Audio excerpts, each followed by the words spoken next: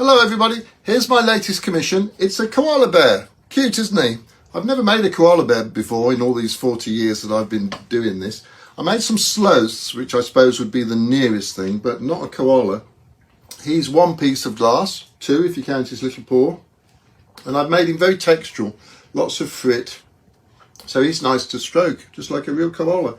The tree is also two pieces, one big, one small.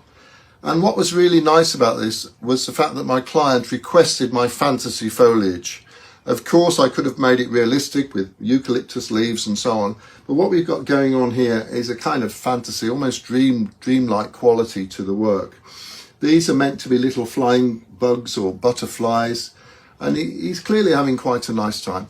The whole thing is encapsulated in this verse, which goes like this.